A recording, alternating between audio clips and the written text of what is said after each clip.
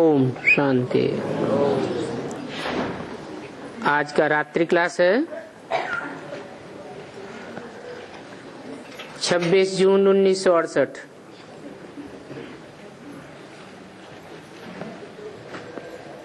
Garden of अल्लाह बनना है।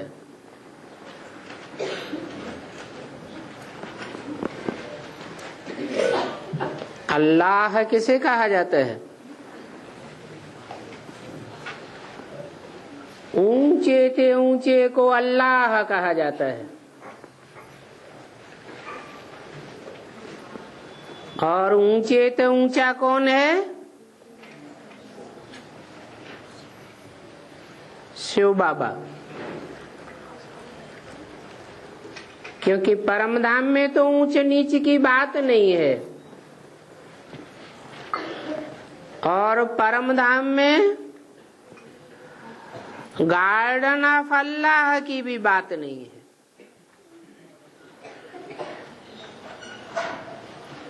नई सृष्टि का फाउंडेशन पड़ता ही है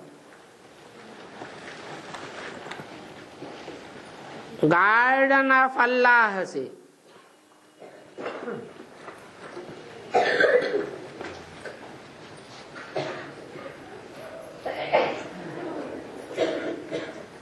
गार्डन ऑफ फ्लावर और फॉरेस्ट ऑफ शैतान कहते हैं ना।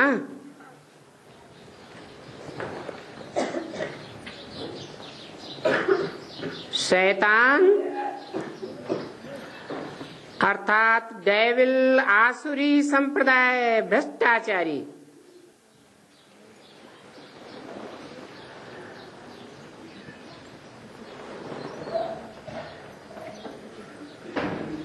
ये अक्षर सभी एक से होते हैं,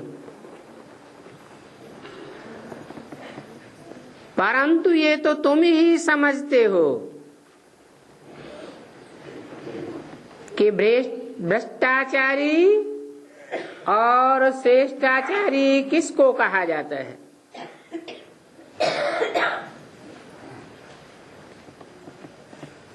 भ्रष्टाचारी जरूर भ्रष्ट कर्म करेंगे, भ्रष्ट कर्म होते हैं वो जो दूसरों को दुख देते हैं, और श्रेष्ठाचारी श्रेष्ठ कर्म करेंगे। श्रेष्ठ कर्म होते हैं वो जो दूसरों को सुख ही देते हैं, और अल्पकाल का सुख नहीं, सदा काल का सुख देते हैं। तो उनकी स्मृति आती रहती है। सुख देने वाले की स्मृति आती है।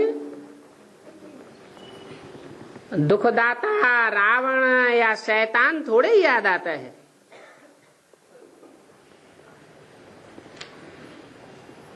ये बातें सिर्फ तुम ही जानते हो, और पहले तो कुछ भी नहीं जानते थे।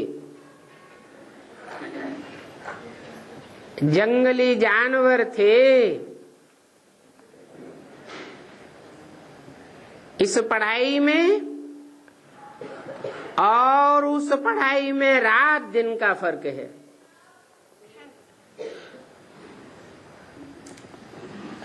अभी हम अपनी गवर्नमेंट स्थापन कर रहे हैं,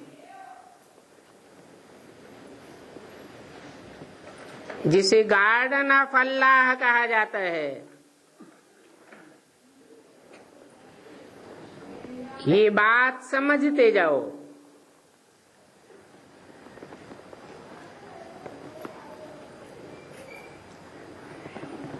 तुम युक्ति से कोई को भी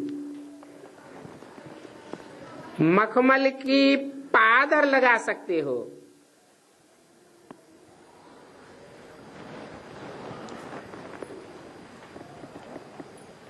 कह सकते हो, परंतु अंदर में पक्का पक्का करते रहो।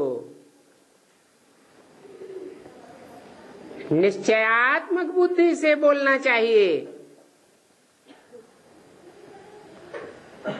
पांडव और कौरव नाम तो है ना, पंडा के बच्चे पांडव, पंडयति अर्थात ले जाता है ठिकाने पर, उसको कहते हैं पंडा। और ऊंचते ऊंच ठिकाने पर ले जाने वाला है, उस पंडे के बच्चे तुम नंबरवार पांडव हो। कौरव नाम भी है, जरूर ऐसा काम किया है। कौवे को कहा जाता है। कौआ गंध करता रहता है, गंध खाता रहता है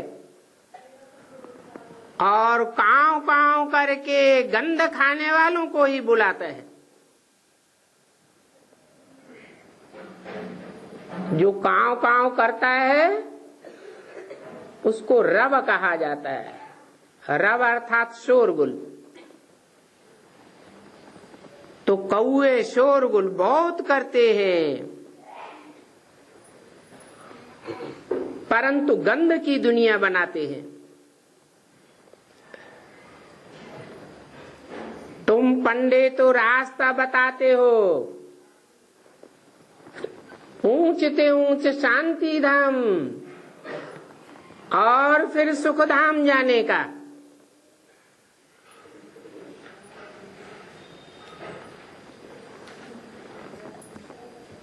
शांति धाम ले जाते हो ना,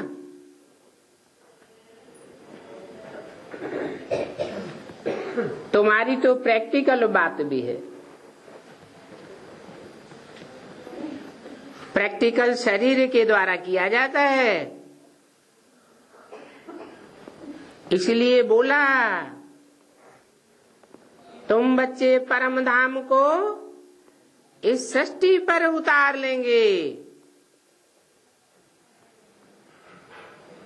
संगठित योग बल की बात है।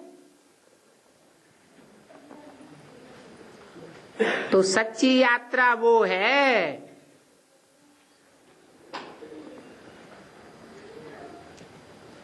तुम ऐसे ऊंचते ऊंच तीर्थ के यात्री हो।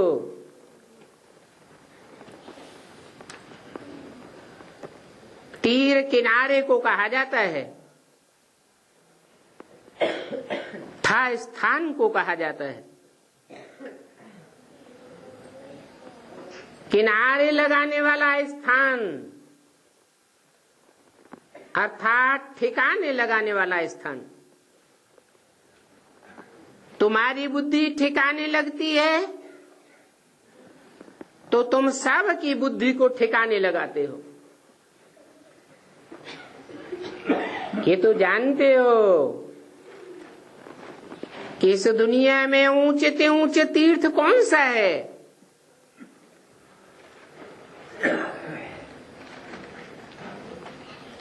भारत में तीर्थ तो बहुत माने जाते हैं। मुसलमानों के भी तीर्थ हैं, क्रिश्चियंस के भी तीर्थ हैं, परंतु वहां सारी दुनिया की बुद्धि नहीं लगेगी। परंतु तुम जो ऊंचे ऊंचे स्थान स्थापन करते हो वहां सारी दुनिया की बुद्धि को ठिकाना मिलेगा।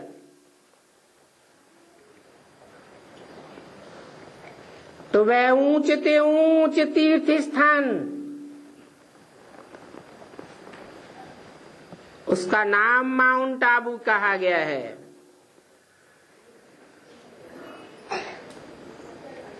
जहां दिलवाड़ा मंदिर यादगार भी बनी हुई है।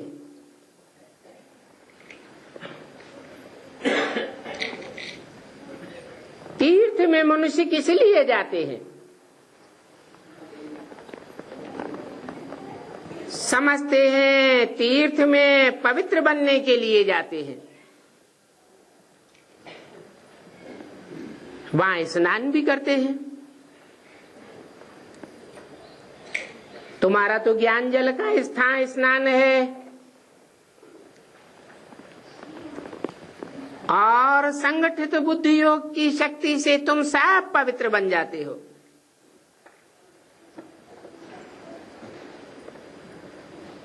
शास्त्रों में भी लिखा है, संगौ शक्ति कलौ युगे, कलयुग में संगठन की शक्ति बहुत काम करती है और तुम्हारी तो प्योरिटी की यूनिटी है, सच्ची यूनिटी तुम्हारी है। वाइब्रेशन को भी बांध लेते हो, पवित्र दृष्टि से पवित्र सृष्टि बन जाती है। भक्ति मार्ग में तो गंगा स्नान करते हैं पवित्र बनने के लिए। गंगा जल को अमृत समझ करके पीते हैं।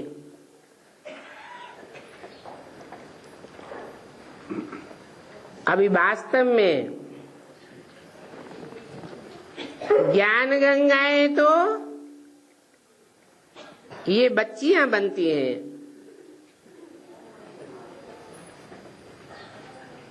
बच्चे बाप को याद करने का भी पुरुषार्थ करते रहते हैं, ज्ञान स्नान भी करते रहते हैं। अभी बच्चे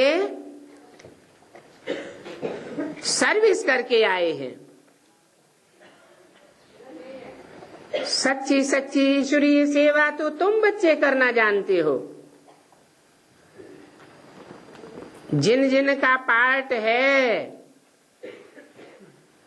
वो ईश्वरीय सर्विस में लगे रहते हैं। आगे चल करके तुम देखेंगे सर्विस में बड़ी खुशी से मदद करते रहेंगे।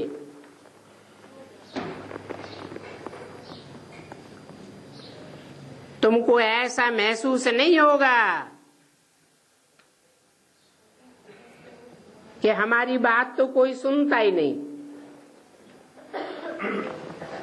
हमको कोई सहयोग नहीं देता। तो बाप आकर अभी बच्चों को धैर्य देते हैं।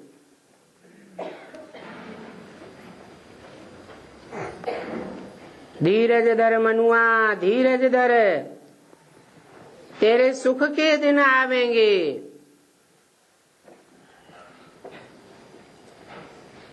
सारी दुनिया के लोग तुम्हारी बात सुनने के लिए बाध्य हो जाएंगे।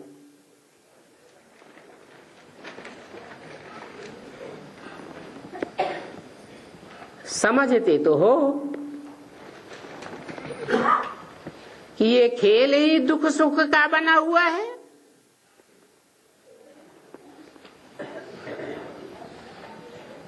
और बाप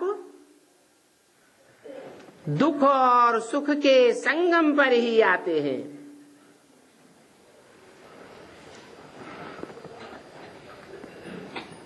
बाप आकर के सभी को सुखधाम शांति धाम का मालिक बनाते हैं।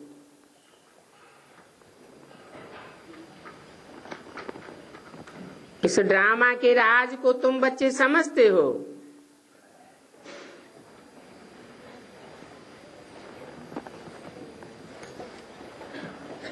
कोई क्रिश्चियन लोग भी कहते हैं कि क्राइस्ट से 3000 वर्ष पहले दुनिया पैराडाइज थी।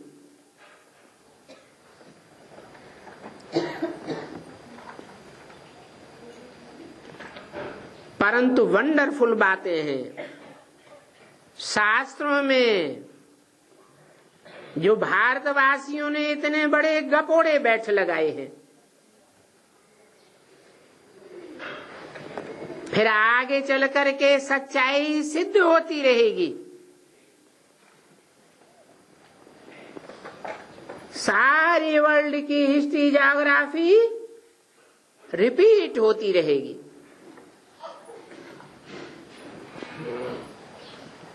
तुम्हारे तो दिल में है कि हम इस दुनिया का चक्र कैसे लगाते हैं।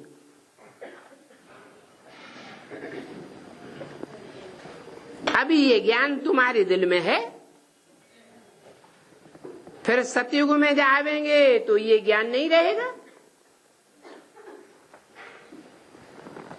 वहां न ज्ञान होता है न भक्ति होती है। यहां बुद्धि में ज्ञान भी है तो भक्ति की बातें भी बुद्धि में बैठी हुई हैं।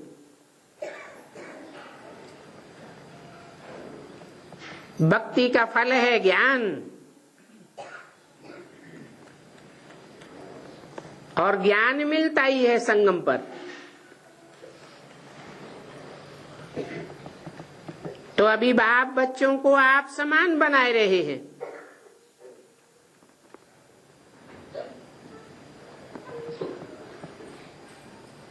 जो ब्राह्मण बनते हैं वो दुनिया के मुकाबले हाईएस्ट पोजीशन पाते हैं। तो समझो तुम्हारा है हाईएस्ट पोजीशन। क्या यादगार है?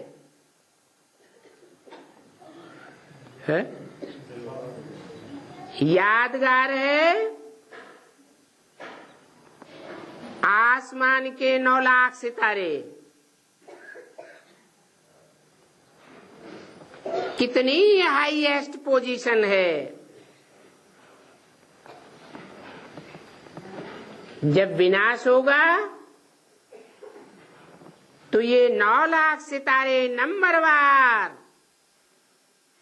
ऊंची स्टेज में ज्ञान की चमक मारते रहेंगे सारी दुनिया के सामने। तो तुम्हारा पोजीशन देवताओं से भी हाईएस्ट है।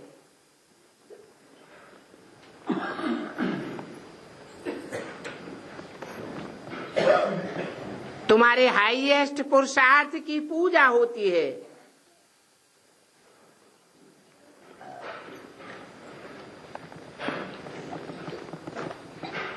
पूजा प्योरिटी की होती है। जितनी हाईएस्ट प्योरिटी की स्टेज को तुमने धारण किया है उतनी पूजा होती है। ये बात तो क्लियर है। अभी तुम्हारी बुद्धि में तो बैठा है पक्का कि हम इस सृष्टि रूपी रंगमंच के एक्टर्स हैं और इस रंगमंच से कोई भी बाहर नहीं जा सकता। हर एक एक्टर है, जितनी भी संख्या है। ये भी समझते हैं कि सतयुग में तो बहुत थोड़े मनुष्य होंगे।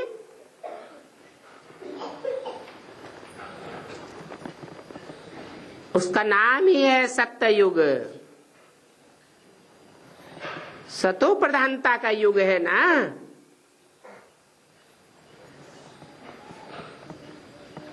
तमो प्रधानता और सतो प्रधानता।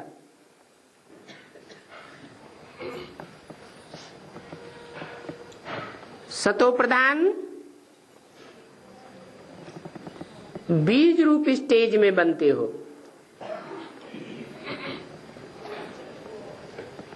बीज को सार कहा जाता है। बीज जब विस्तार को पाता है, वृक्ष बन जाता है,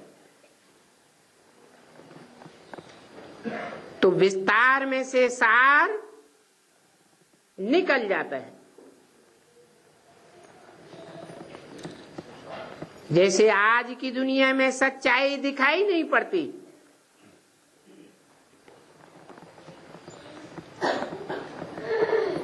सारी दुनिया में झूठ ही झूठ फैला हुआ है।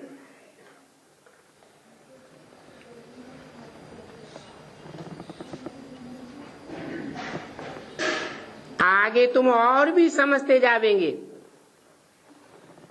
कि सतयुग में क्या क्या होगा। फिर भी वहां राजधानी तो होगी ना।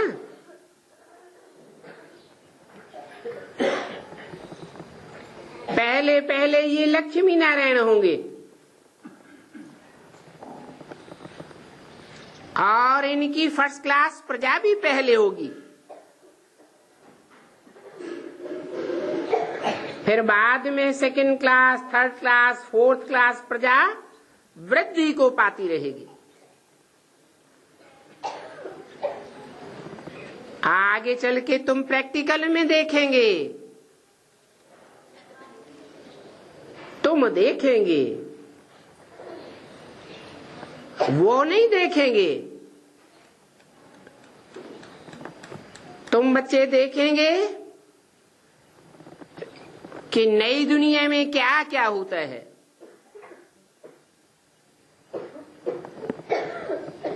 अभी तुम मीठे मीठे बच्चों को बहुत अच्छी नॉलेज मिल रही है।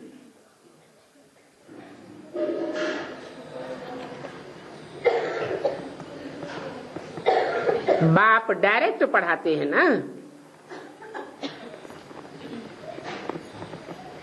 जब सारी दुनिया में ये नॉलेज फैलेगी तो सारी दुनिया को डायरेक्ट तो नहीं पढ़ावेंगे। एक मुख की सुनी हुई बात दूसरे मुख में बोली जाती है तो कुछ न कुछ बात में अंतर आ जाता है, बात बदल जाती है, भाव बदल जाता है।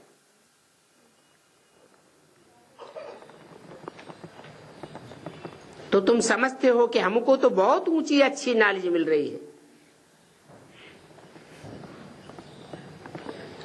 दुनिया वालों को तो ये नसीब नहीं होने वाला है।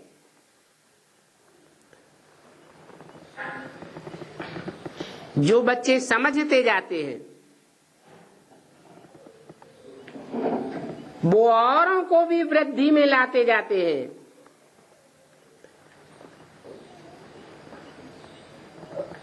बल और कुछ नहीं समझे, भगवान तो जान जाते हैं ना। पक्का बुद्धि में बैठ जाता है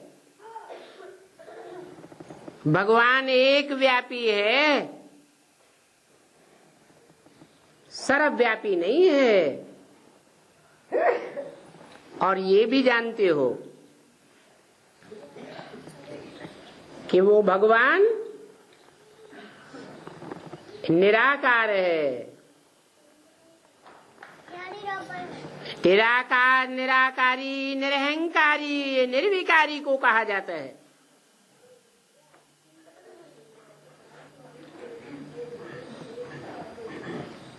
पहले पहले जब हम परमधाम से आए थे तो हम भी निराकार थे।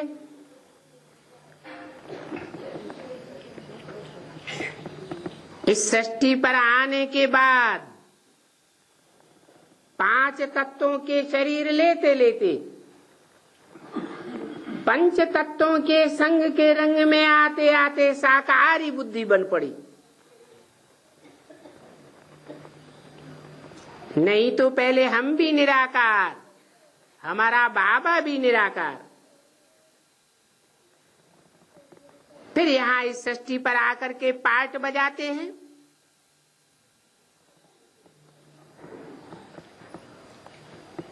तो कोई भी आवे, बोलो यह नॉलेज जो हम आपको सुनाते हैं, ये दुनिया में और कहीं भी किसी को नहीं मिलेगी।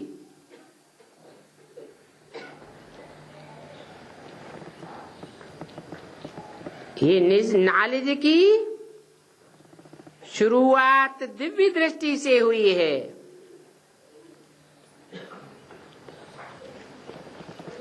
तो कहेंगे दिव्य दृष्टि से बनाई गई, नहीं तो हम तो जट बुद्धि पत्थर बुद्धि थे। इन चार मुख्य चित्रों में सारा नॉलेज भरा हुआ है। और ये चित्र भी दिव्य दृष्टि से बनवाए गए थे।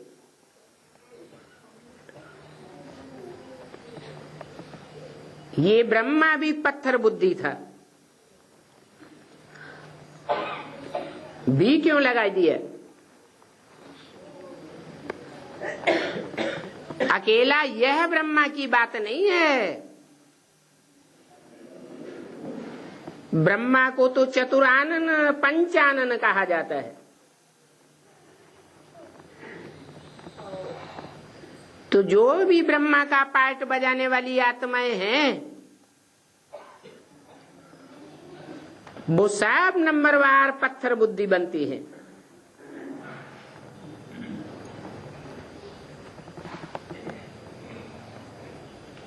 इनमें बाबा ने प्रवेश किया है। फिर पारस बुद्धि बनना है। ये बात कहने में कोई हर्जा नहीं है। तुम कोई को भी कह सकते हो। जट बुद्धि पत्थर बुद्धि को पारस बुद्धि बनाने के लिए बाप ने प्रवेश किया है।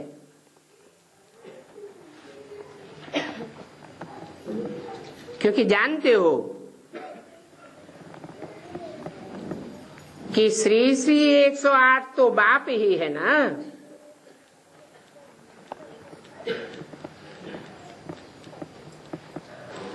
जिसकी यादगार में सब धर्म की आत्माएं माला घुमाती हैं, माला के मणकों को स्मरण करती हैं। ऐसा श्रेष्ठ माला रूपी संगठन बाबा ने ही बनाया है।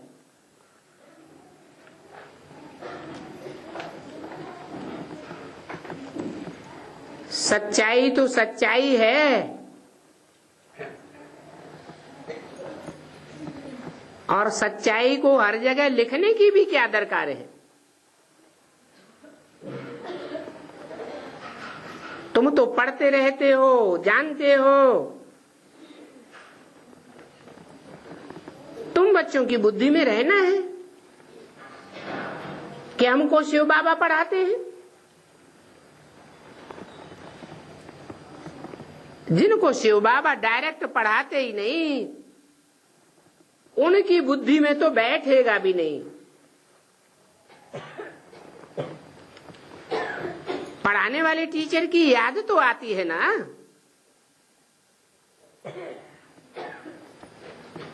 तो तुमको तो शिव बाबा को ही याद करना है। चाहे बाप के रूप में याद करो, चाहे टीचर के रूप में याद करो,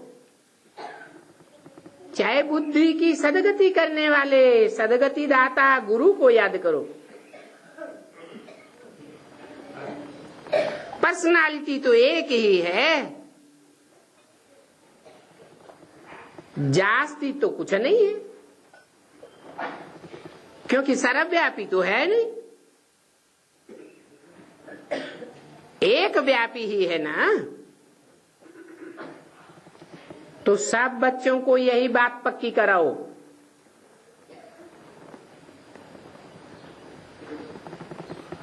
बहुत अबलाएं हैं,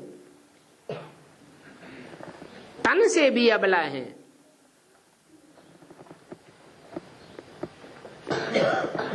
परिवार की पालना में मन बुद्धि भी बिखर गई, मन से भी अबलाएं हैं, बुद्धि से भी अबलाएं हैं। उनको भी पक्का कराओ और कुछ जास्ती मेहनत नहीं देते हैं, सिर्फ बाप को याद करो। एक को याद करने में मुश्किलात ही क्या है? जो चीज आंखों से देखी जाती है, कानों से सुना जाता है, इंद्रियों से अनुभव किया जाता है, वो याद तो आता है ना।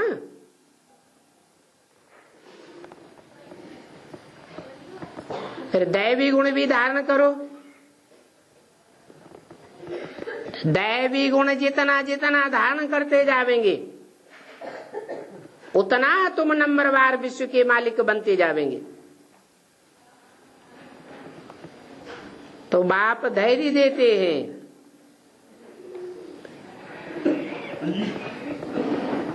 और 21 जन्म तो क्या, 40-50 जन्म भी तुमको दुख नहीं होगा।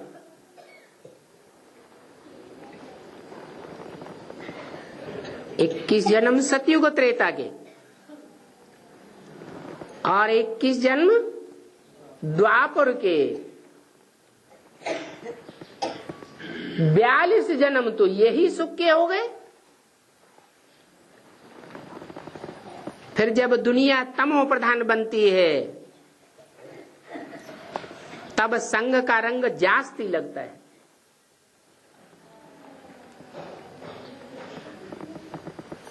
अनेक धर्मों का फैलाव हो जाता है,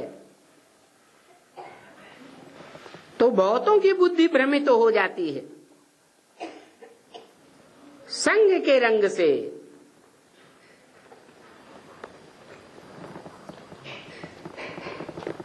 और फिर पुरानी तमो प्रधान दुनिया में कितना काल का डर रहता है।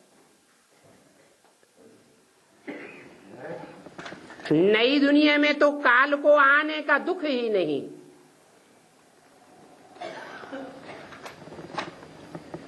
काल प्रवेश नहीं कर सकता, हुक्म ही नहीं है। वहां अकाले मौत होती ही नहीं।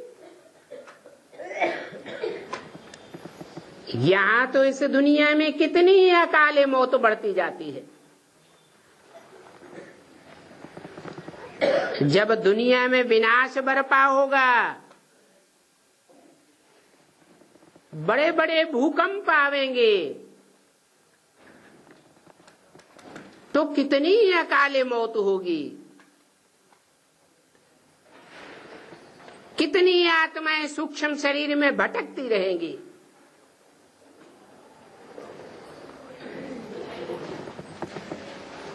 तुम बच्चे तो सतयुग में खुशी से गर्भ में जावेंगे, खुशी से शरीर छोड़ेंगे। ये प्रैक्टिस बाप तुमको यहां कराते हैं। इसलिए कहते हैं अपन को आत्मा समझ, बाप को याद करो, तो तुम्हारे पाप कर्म भस्म हो जावेंगे और तुम सदा काल के लिए आत्म की स्थिति में स्थित हो जावेंगे। अभी 63 जन्मों के पाप कर्म भस्म नहीं हुए हैं, इसलिए दुखों की रील बार बार घूमती रहती है।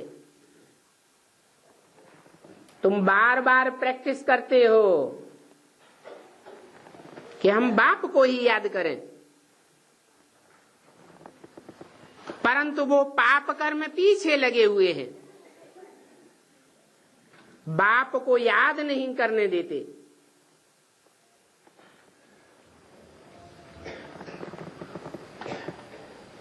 इस बाबा को तो खुशी है कि हम शरीर छोड़ करके जा करके बच्चा बनूंगा। कौन से बाबा को खुशी है? खुशी में बच्चों को भी खग्गियां मारते रहना चाहिए।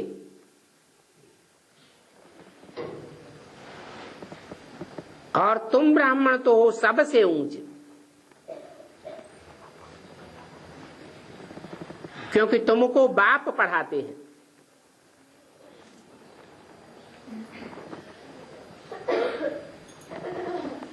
इनको बाप नहीं पढ़ाते हैं। किनको? ब्रह्मा को बाप नहीं पढ़ाते हैं।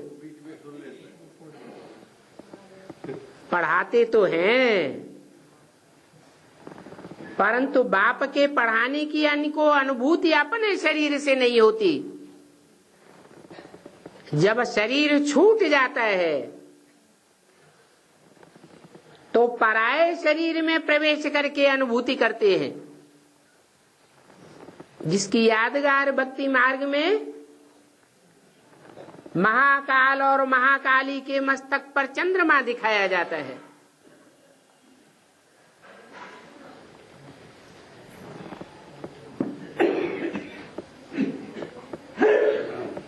तो बाप बताते हैं तुम सबसे ऊंचे ब्राह्मण हो। ब्राह्मणों की भी कुरियां होती हैं। ऊंची कुरी का ब्राह्मण, नीची कुरी का ब्राह्मण। तो तुमको वह ऊंचे के ऊंचे ब्राह्मण बनने का नशा होना चाहिए।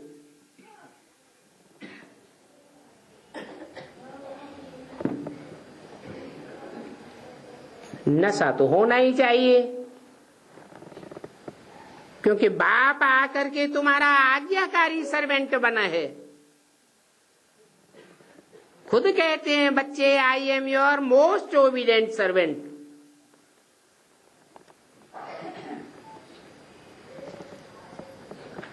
सर्वेंट बनते हैं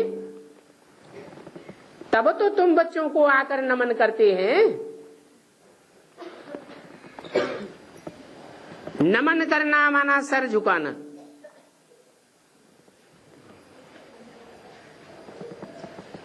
नहीं तो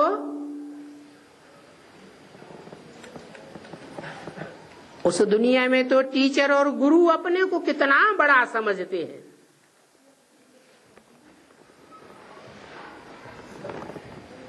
बाप तुम बच्चों को नमस्ते करते हैं।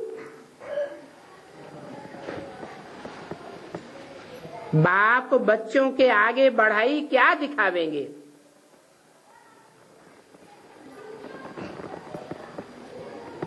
परंतु अभी कितनी बड़ी स्थापना होती है।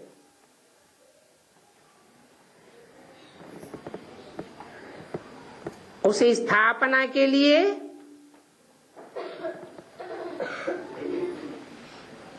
शिव बाबा को फिकरात होगी।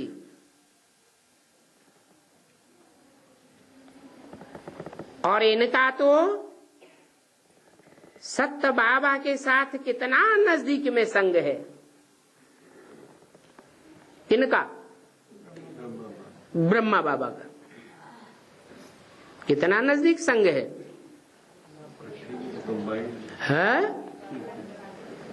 सर पे ही चढ़े बैठे दिखाया गया है।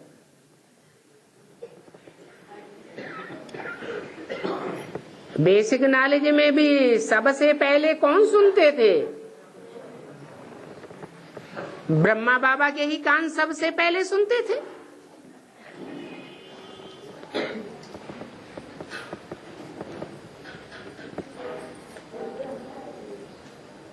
अनेक बार ये स्थापना का कार्य इन्होंने किया है।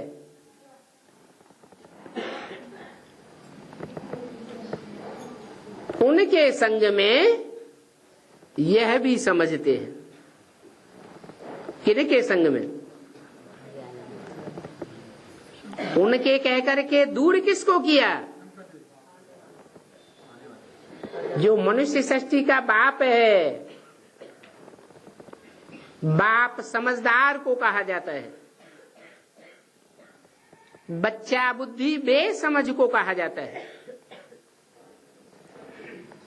परंतु बोला कि उनके संग में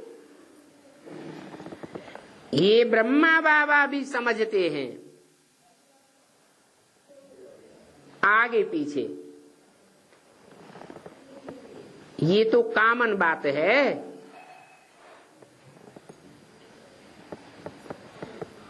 जैसे कल्प पहले स्थापना हुई थी और जो भी विघ्न आदि पड़े थे वो तो फिर भी पड़ेंगे। इन विघ्नों को साक्षी होकर के देखना है, अवस्था खराब नहीं करनी है। विघ्नों को साक्षी होकर नहीं देखेंगे तो अवस्था खराब होती रहेगी। कदम कदम पर पाप की श्रीमत पर चलना है।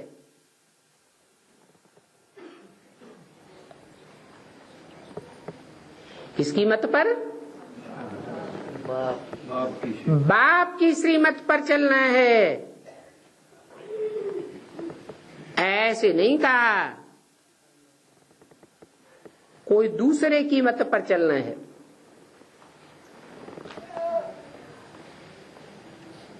बाप को फॉलो करो। किस बात में? श्रीमत अर्थात आज्ञा।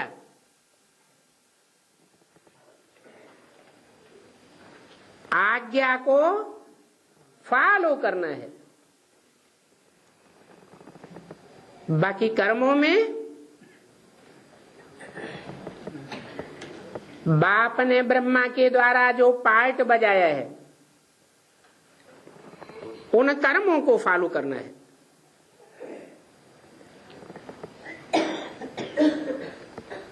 इसलिए बाप कहते हैं मेरे को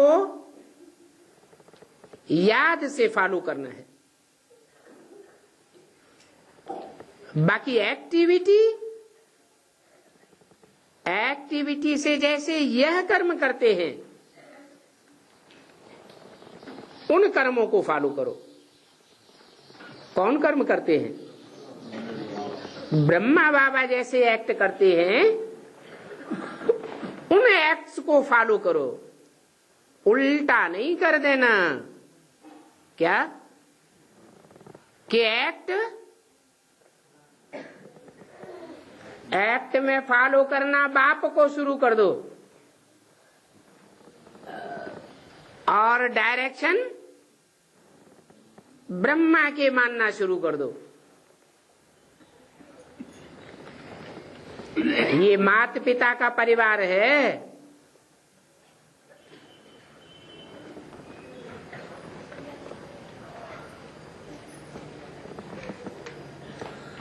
काम बटा हुआ है। तुमने जाना कि ये ब्रह्मा बाबा तो कब किसी को गुस्सा नहीं करते।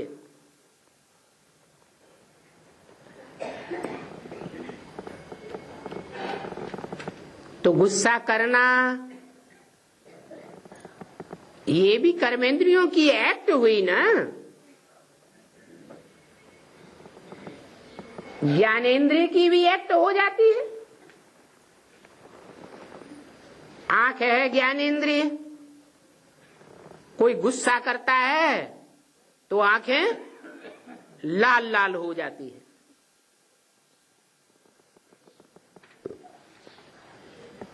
कर्मेंद्रियों से मारपीट भी करने लग पड़ते हैं।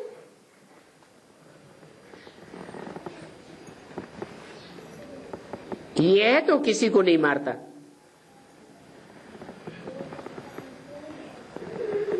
ये तो सदैव प्यार से ही समझाते रहते हैं। सदैव बच्चे बच्चे कह करके मुख से प्यार ही करते रहते हैं।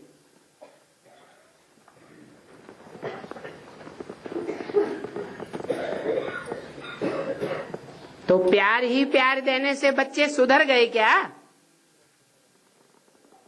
सुधर गए है? बिगड़ते बिगड़ते यहां तक बिगड़ गए कि जिसने जीवन भर प्यार दिया और जीवन भर बच्चों ने उससे प्यार लिया, उसी का हार्ट फेल करने के निमित्त बन जाते हैं बच्चे।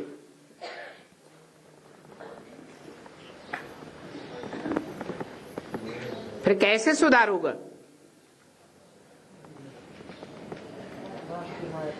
तो बोला फिर बच्चों को शिक्षा भी देनी होती है।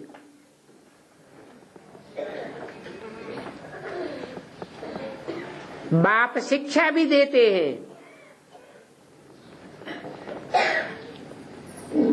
तब सुधार होता है। अच्छा, बच्चों को गुड नाइट और नमस्ते।